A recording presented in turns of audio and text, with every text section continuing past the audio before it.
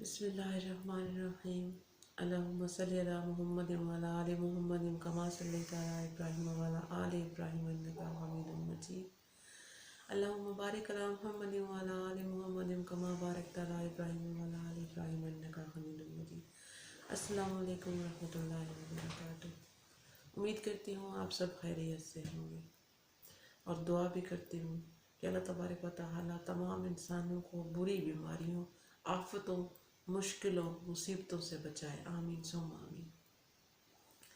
آج کی اچھی سی بات کا آغاز کرنے سے پہلے آپ سے یہ کہنا چاہوں گی کہ اگر آپ میرے چینل پہ نئے ہیں اور میری آپ جو باتیں کرتی ہوں وہ اچھی لگی ہوں تو لائک اور سبسکرائب بھی ضرور کر دیجیے گا اور بتائیے گا بھی، اپنی رائے کا اظہار بھی کر دیجیے گا تاکہ مجھے پتہ چلے کہ آپ کو میری معلومات کی باتیں اچھی لگتی ہیں۔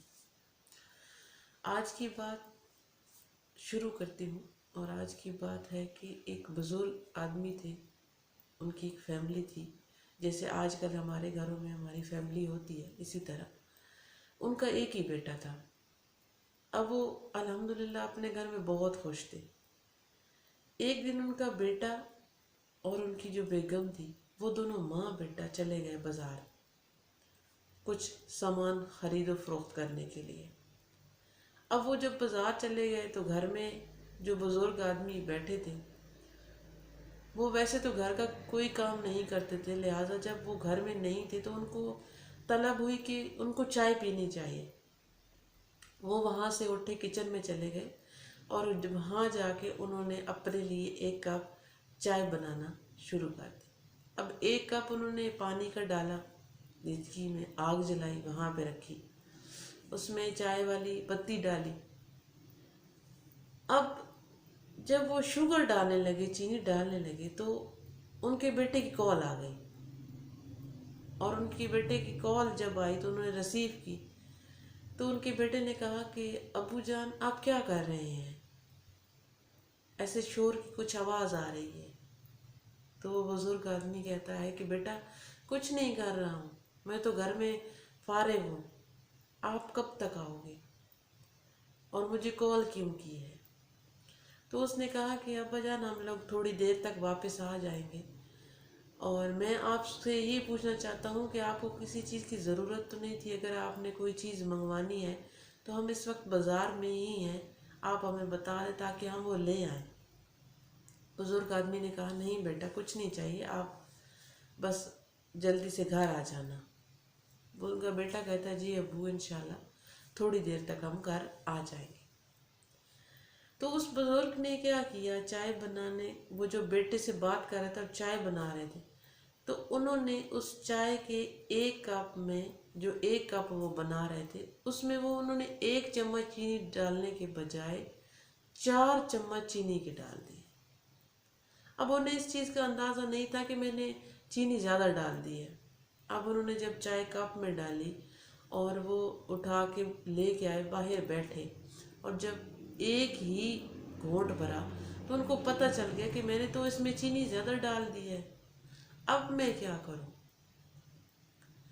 بات یہاں سے شروع ہوتی ہے کہ ہماری زندگی میں بھی ایسے ہی ہے، کچھ چیزیں ایسی ہوتی ہیں جو کہ اسی طرح ہماری چیزوں میں ایڈ ہو جاتی ہیں، شامل ہو جاتی ہیں، اور ہم چاہ کے بھی ان کو واپس نہیں نکال سکتے، ہم چاہ کے بھی ان کو ٹھیک اس طرح سے نہیں لے کے آ سکتے جس طرح ہم چاہ رہے تھے۔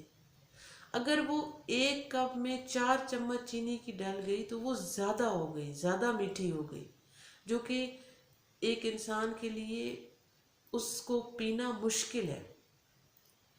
اب اس کو ٹھیک کیا جا سکتا ہے، لیکن کیسے کیا جائے؟ کہ اسی کے اندر پھر اس بابا جی نے 3 کپ 2 کپ اور دودھ کے ایسے ڈال دیے۔ اب اس کے اندر جب وہ 2 کپ اور ایڈ ہوئی تو وہ 3 کپ بن گئے۔ اب 3 کپ جب بنے تو اس میں وہ چینی ایکول سی ہو گئی، مینج ہو گئی۔ بالکل اسی طرح ہماری زندگی میں بھی ایسے ہی کچھ معاملات اور حالات چل جاتے ہیں جن کو ہم نکال نہیں سکتے۔ دیکھیں اب ایک کپ میں چینی ڈل گئی ہے تو وہ پگھل گئی ہے، اب اس کو ہم چمچ سے نکالنا بھی چاہیں تو وہ نہیں نکلے گی۔ تو لہٰذا آپ کی زندگی میں بھی ایسے ہی کچھ ہوا ہوگا، یا پھر یہ اپنے ارد گرد دیکھیں، کہیں نہ کہیں ایسے معاملات ضرور ہوتے ہیں کہ جو زندگی میں ہو جاتے ہیں، لیکن وہ پھر ہم ان کو اسی طرح نہیں کر سکتے جس طرح ہم سوچ رہے ہوتے ہیں۔ باقی آپ کی زندگی میں کیا کچھ ہوتا ہے کیا نہیں ہوتا، اس سے دوسروں کو کوئی فرق نہیں پڑتا۔ ساری چیزیں آپ کے اپنے اوپر سے گزر رہی ہوتی ہیں، آپ کو پتہ ہوتا ہے کہ میری زندگی میں کیا چل رہا ہے، کیا ہو رہا ہے۔ دوسرے لوگ دو باتیں کریں گے، دو باتیں کر کے ان کو شاید باتیں کر کے سکون ملتا ہے، وہ پھر اپنی میٹھی نیند سکون سے سو جائیں گے، دوسرے دن اٹھیں گے کسی اور کی بات پکڑ لیں گے، اس پہ دو باتیں کریں گے، تیسرے دن اٹھیں گے کسی اور کی بات لے لیں گے۔